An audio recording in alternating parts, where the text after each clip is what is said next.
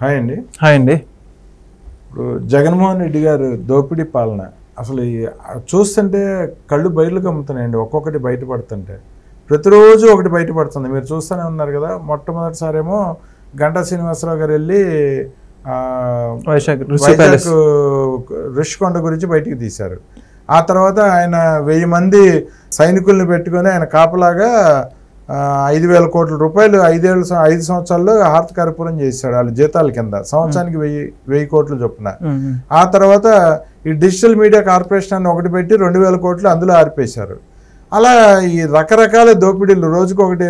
రాష్ట్రం మొత్తం మీద 26 జిల్లాలు ఉంటాయి. 26 ప్యాలెస్లు, పార్టీ ఆఫీసులు అని చెప్పి ప్రభుత్వ భూములు దొబ్బేసి ఎకరానికి 1000 రూపాయలు లీజు మీద దొబ్బేసి పార్టీ ఆఫీసులు కట్టేసుకున్నారు. ఈ కాకుండా ఎర్రచందనం దోపిడీ, ఓ పక్కనేమో ఎర్రచందనం దోపిడీ, పెద్దిరెడ్డి కొడుకేమో లిక్కర్ దోపిడీ, డిస్టిలరీస్ పెట్టుకొని మిథున్ రెడ్డి వాడు వాళ్ళు కొన్ని వేల కోట్ల దోపిడీ జరిగింది. మరో పక్కనేమో కాకినాడ ఎమ్మెల్యే ద్వారంపూడిను ఈయన కొడాలి నాని ఆ మధ్యలో తణుకు ఎమ్మెల్యే కార్మూర్ నాగేశ్వరరావు వీళ్ళు ముగ్గురు కలిపి 11,000 కోట్ల రేషన్ బియ్యాన్ని దోపిడీ చేశారు. ఇవన్నీ బయటపడుతున్నాయి. రోజుకొకటి బయలుపడుతున్నాయి. మరో పక్కనేమో నిన్నగాక మొన్న విజయసాయిరెడ్డి 70 ఏళ్ల వయసులో ఒక పిల్లోని కనీశాడు ఏకంగా. వాడు రాసలీళ్ళు బయటపడుతున్నాయి.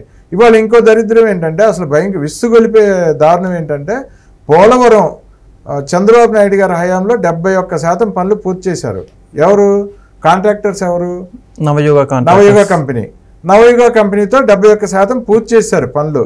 మిగతా 29% పనులు చేయడం కోసం జగన్మోహన్ రెడ్డి ప్రభుత్వం వచ్చేసి వీళ్ళు ఏం చేశారంటే రివర్స్ టెండరింగ్, బోల్డ్ డబ్బు దోచేస్తున్నాడు చంద్రబాబు అని చెప్పి ప్రజలకు అబద్ధాలు చెప్పి, దొంగ మాటలు చెప్పి, మాయ మాటలు చెప్పి ఆ రివర్స్ టెండరింగ్ అని చెప్పి నవయుగాన్ని నుంచి రద్దు చేసి మెగా కృష్ణారెడ్డికి అప్పచెప్పారు. తన సొంత సామాజిక వర్గం వాళ్ళకి అప్పచెప్పి దాదాపు 6,000 కోట్లు దీని మీద ఖర్చు పెట్టారు.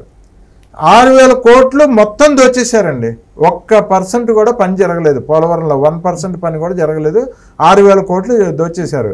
ఇది ఎలా బయటపడిందంటే నిన్న ఈ విషయాలన్నీ అసలు ఈ రివర్స్ టెండరింగ్ గురించి అన్నీ తవ్వుతుంటే అందులో ఒక ఫైల్ బయటకు వచ్చి యాక్చువల్గా 100 కోట్ల మించి కాంట్రాక్ట్ కనుక ఎవరికైనా అప్పచెప్పాలంటే క్యాబినెట్ మీట్లో డెసిషన్ తీసుకొని పాస్ అయిన తర్వాతే అది అప్పచెప్పడం జరగాలి. కానీ వీళ్ళు ఏం చేశారు, అసలు క్యాబినెట్ మీటింగ్తో సంబంధం లేకుండా వీళ్ళు తాడేపల్లి ప్యాలెస్లోనే జగన్మోహన్ రెడ్డి, భారతిరెడ్డి కలిపి సంతకాలు పెట్టేసి ఇది నవయుగా నుంచి క్యాన్సిల్ చేసేసి మెగా కృష్ణారెడ్డికి అప్పచెప్పేసి మెగా కృష్ణారెడ్డి, భారతిరెడ్డి, జగన్మోహన్ రెడ్డి వీళ్ళు ముగ్గురు కలిపి 6,000 కోట్ల రూపాయలు పోలవరంకి ఖర్చు పెట్టామని చెప్పి చూపిస్తూ మొత్తం దోచేశారు. ఏంటండి దారుణాలు?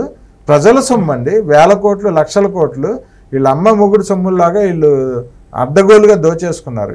ఏం చెప్తారు దీని మీద? అసలు జగన్మోహన్ రెడ్డి గారి పాలన ఎప్పుడైతే ముగించుకుందో అప్పటి నుంచి కూడా ఒకటే చెప్పుకుంటున్నారు ప్రజలందరూ కూడా, పాత తర్వాత కొత్త వింత అని చెప్పేసి.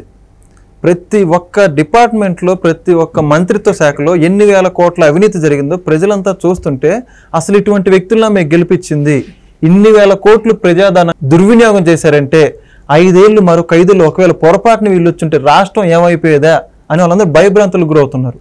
ఎవరైనా ప్రజానాయకుడు కానీ ప్రజాపాలన అంటే ప్రజలకి భరోసా కల్పించే విధంగా ఉండాలి పాలన. కానీ వీళ్ళు ప్రజల్ని భయపెట్టే విధంగా పాలన చేశారు. ఏదైతే ఎంతవరకు మీరు చర్చించుకున్నారు ఇప్పటి వరకు కూడా ప్రతి ఒక్క దాంట్లో ఎంత మేర అవినీతి జరిగిందో ప్రజలు ఊహించుకోవడానికి కూడా సిద్ధంగా లేరండి. ప్రధానంగా చెప్పుకోవాల్సింది ఇప్పుడు ఏంటంటే పోలవరం అనే ప్రాజెక్ట్ అనేది ఆంధ్రప్రదేశ్కి అన్నపూర్ణ అనే విధంగా చెప్పుకుంటూ ఉంటారు. సుమారు లక్షల ఎకరాలకి తాగునీరు, అదేవిధంగా ఎన్నో నియోజకవర్గాలకి సాగునీరు కూడా వస్తుంది ఆ ప్రాజెక్టు ద్వారా.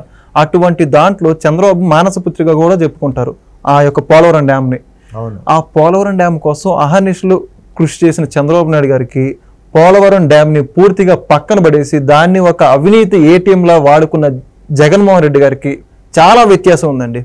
చంద్రబాబు నాయుడు గారు 2014లో గద్దెనెక్కిన తర్వాత ఇమ్మీడియట్గా సోమవారం పోలవరం అనే ఒక ప్రత్యేక కార్యక్రమాన్ని తీసుకొని ముఖ్యమంత్రి హోదాలో తానే అంత వయసులో కూడా ప్రతి సోమవారం కూడా వెళ్ళడం జరిగిందండి.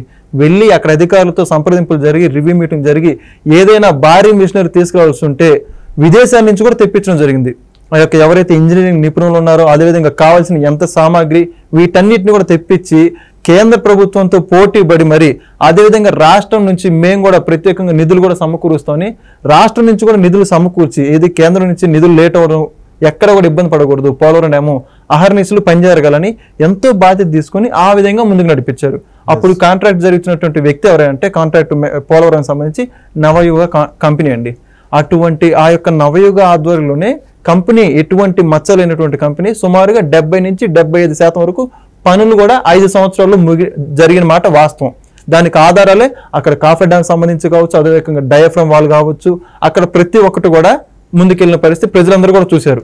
కిందటి వారం చంద్రబాబు నాయుడు గారు పోలవరం మీద పవర్ పాయింట్ ప్రజెంటేషన్ చేస్తూ ఈ నాశనం అయిపోయిన పోలవరాన్ని చూసి కన్నీళ్లు పెట్టుకోవడం కూడా చూసాం. అసలు చాలా హృదయానికి గురయ్యారండి, భావోద్వేగానికి. ఎందుకంటే ఆ భావోద్వేగం అర్థం చేసుకోవాలి ప్రజలందరూ కూడా. ఆయన దాని పట్ల ఎంత ప్రత్యేక శ్రద్ధ చూపించారు, ఎంత ప్రేమ చూపించారు అనేది ఆయన యొక్క శ్రమ దానికి నిదర్శనం అండి.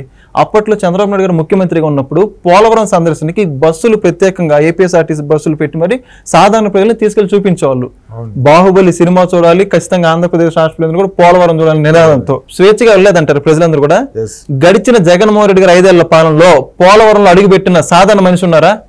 అసలు పోలవరం జలవనరుల శాఖ మంత్రి అంబటి రాంబాబు ఎన్నిసార్లు వెళ్ళారు? అసలుకి అనిల్ కుమార్ యాదవ్ ఎన్నిసార్లు వెళ్ళారు? అసలు వాళ్ళకి డ్యాము గురించి అవగాహన ఉందా?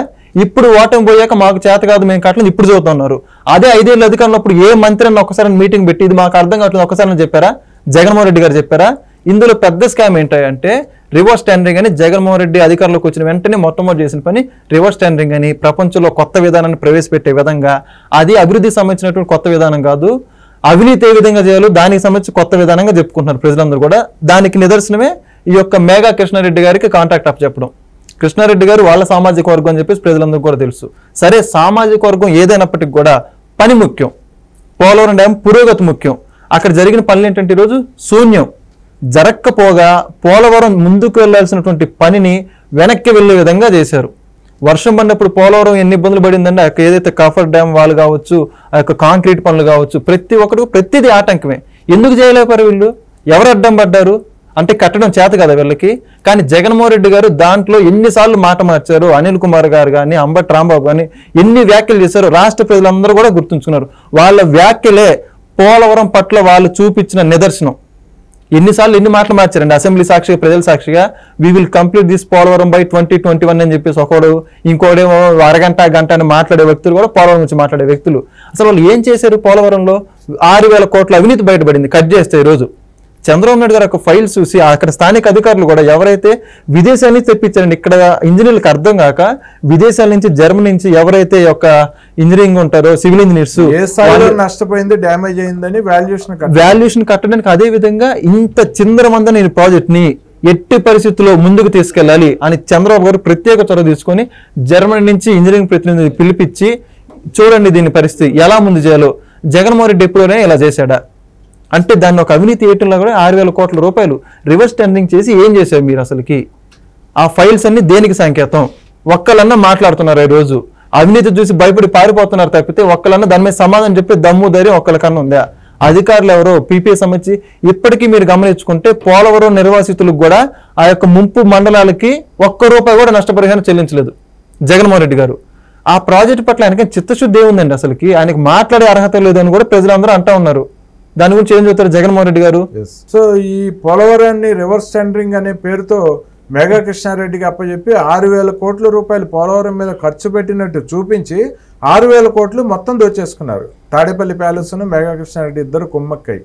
సో ఈ దారుణం రాష్ట్ర సంపదని, ప్రజలు కట్టిన పన్నుల్ని ప్రజల్ని దిక్కులేని వాళ్ళు చేసి, రాజధాని కూడా లేకుండా చేసి, పోలవరం కూడా లేకుండా చేసి లక్షల కోట్లు దోచుకున్న జగన్మోహన్ రెడ్డికి కఠిన శిక్షలు పడతాయని చెప్పి ఖచ్చితంగా ప్రజలందరూ కూడా నమ్ముతున్నారు ఈ కూటమి ప్రభుత్వంలో. చూద్దామండి ముందు రోజులు ఏం జరగబోతుంది. ఖచ్చితంగా. ఓకే అండి, ధన్యవాదాలు.